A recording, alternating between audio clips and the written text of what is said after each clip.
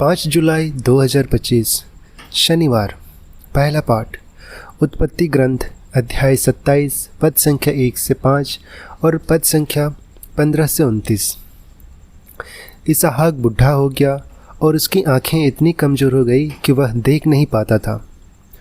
उसने अपने ज्येष्ठ पुत्र एसाव को बुलाया और कहा, बेटा। एसाव ने उत्तर दिया, क्या आज्ञा है? इसहाक ने कहा, तुम देखते ही हो कि मैं बुढ़ा हो गया हूँ, न जाने कब तक जीवित रहूँगा। तुम अपने हथियार, अपना तरकश और अपना धनुष ले जाओ और मेरे लिए शिकार ले आओ। तब मेरी पसंद का स्वादिष्ट भोजन बनाकर मुझे खिलाओ। मैं मरने से पहले तुम्हें आशीर्वाद देना चाहता हूँ। रेबेका इसहाक और उसके पुत्र एसाव की बातचीत सुन रही थी। रेबेका ने अपने ज्येष्ठ पुत्र के उत्तम वस्त्र जो घर में उसके पास थे ले लिए और अपने कनिष्ठ पुत्र याकूब को पहनाए। उसने उसके हाथ और चिकनी गर्दन पर बकरी का चमड़ा पहना दिया। तब उसने अपने द्वारा पकाया भोजन और रोटी अपने पुत्र याकूब के हाथ में दे दी। उसने अपने पिता इसहाक के पास जाकर कहा, पिताजी। उसने उत्तर दिया, हाँ बेटा। तुम कौन हो? याकूब ने अपने पिता से कहा, मैं आपका पहलौठा एसाव हूँ। मैंने वही किया जो आपने कहा था। कृपा करके आइए, बैठकर मेरा शिकार खाइए और मुझे आशीर्वाद दीजिए। इसहाक ने अपने पुत्र से कहा, बेटा, तुमको कैसे यह इतने जल्दी मिल गया? उसने उत्तर दिया, यह प्रभु आपके ईश्वर की कृपा है। इसहाक ने याकूब से कहा, बेटा, मेरे पास आओ। मैं टटोल कर जान लेना चाहता हूँ कि तुम सचमुच मेरे पुत्र एसाव हो। याकूब अपने पिता इसहाक के पास आया। इसने उसे टटोल कर कहा, आवाज़ तो याकूब की है, लेकिन हाथ एसाव के हैं। वह याकूब को नहीं पहचान पाया, क्योंकि उसके हाथ उसके भाई एसाव के हाथों की तरह रोएदार थी, और इसलिए उसने उसे आशीर्वाद दिया। उसने कहा, क्या तुम सचमुच मेरे पुत्र एसाव हो? उसने उत्तर दिया, हाँ, मैं वही हूँ। तब इसहाक ने कहा, मुझे अपना शिकार लाकर खिलाओ और मैं तुम्हें आशीर्वाद दूंगा। याकूब भोजन लाया और इसहाक खाने लगा। इसके बाद उसने अंगूरी लाकर इसहाक को पिलाया। तब उसके पिता इसहाक ने कहा, बेटा, आओ और मुझे चुंबन दो। उसने अपने पिता के पास आकर उसका चुंबन किया। इसहाक को उसके वस्त्रों की गंध मिली और उसने यह कहते हुए उसे आशीर्वाद दिया, ओह, मेरे पुत्र की गंध उस भूमि की गंध जैसी है जिससे प्रभु का आशीर्वाद प्राप्त है। ईश्वर तुम्हें आकाश की ओस, उपजाऊ भूमि और भरपूर अन्न तथा अंगूरी प्रदान करे। अन्य जातियां तुम्हारी सेवा करें, राष्ट्र तुम्हारे सामने झुकें। तुम अपने भाइयों के स्वामी हो और तुम्हारी माता के पुत्र तुमको दंडवत करें।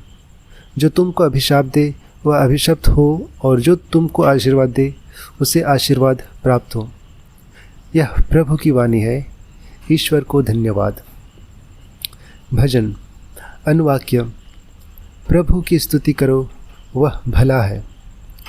प्रभु के नाम की स्तुति करो, प्रभु के सेवकों, जो प्रभु के मंदिर में तथा हमारे ईश्वर के मंदिर के प्रांगण में रहते हो। प्रभु की स्तुति करो। अनुवाक्य। प्रभु की स्तुति करो, वह भला है। प्रभु की स्तुति करो, वह भला है।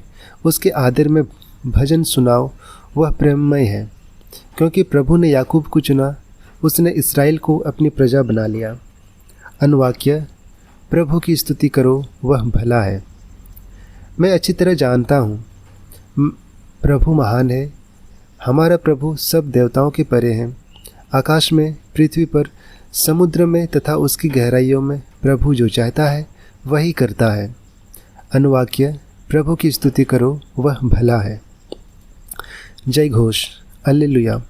प्रभु कहते हैं, मेरी भेड़ें मेरी आवाज़ पहचानती है, मैं उन्हें जानता हूँ और वे मेरा अनुसरण करती है। हालेलुया। संत मत्ती के अनुसार आज का पवित्र सुसमाचार अध्याय 9 पद संख्या 14 से 17। यूहन्ना के शिष्य एक दिन आकर कहने लगे, हम और फरीसी उपवास किया करते हैं, आपके शिष्य ऐसा क्यों नहीं करते? यीशु ने उनसे कहा, जब तक क्या जब तक दूल्हा साथ है बाराती शोक मना सकते हैं? किंतु वे दिन आएंगे जब दूल्हा उनसे बिछुड़ जाएगा। उन दिनों वे उपवास करेंगे। कोई कोरे कपड़े का पैबंद पुराने कपड़े पर नहीं लगाता, क्योंकि वह पैबंद सिकुड़कर पुराना कपड़ा फाड़ देता है और चीर बढ़ जाता है। और लोग नई अंगूरी पुरानी मशकों में नहीं भरते, नहीं तो मशकें फट जाती है, अंगूरी बह जाता है और मशकें बर्बाद हो जाती है। लोग नई अंगूरी नए मशकों में भरते हैं। इस तरह दोनों ही बची रहती है। यह हमारे प्रभु यीशु ख्रिस्त का सुसमाचार है। हे ख्रिस्त, तेरी स्तुति हो। तो आइए आज के इन पाठों पर हम मनन चिंतन करते हैं और इसे हम सुनेंगे फादर प्रीतम वसूनिया के द्वारा। और वो बताते हैं, आज का सुसमाचार हमें यीशु की उस नई दृष्टि से परिचित कराता है जो केवल बाहरी धार्मिकता नहीं बल्कि हृदय के परिवर्तन की मांग करता है। जब यूहन्ना के चेले यीशु से पूछते हैं कि उनके शिष्य उपवास क्यों नहीं करते, तो यीशु उन्हें उत्तर देते हैं, जब तक दूल्हा साथ है क्या बाराती शोक मना सकते हैं? यह उत्तर एक नए समय की घोषणा है। यीशु स्वयं दूल्हे हैं और उनके साथ रहना एक नए विधान और एक नई आनंद की घड़ी है। उसी संदर्भ में यीशु को दृष्टांत देते हैं। पुराने वस्त्र में नया कपड़ा नहीं जोड़ा जाता और नई अंगूरी पुरानी मशकों में नहीं डाली जाती। इन बातों का अर्थ है ईश्वर का राज्य किसी बाहरी अनुशासन से नहीं बल्कि वो भीतर से एक नई सोच और एक नया जीवन मांगता है। प्रभु यीशु हमें आमंत्रित करते हैं कि अगर हम उनकी कृपा को ग्रहण करना चाहते हैं तो हमें अपने मन की मशकों को नया करना पड़ेगा, यानी पुरानी आदतें, कठोरता, पूर्वग्रह, इन सब से मुक्त होकर नया बनने का प्रयास करो।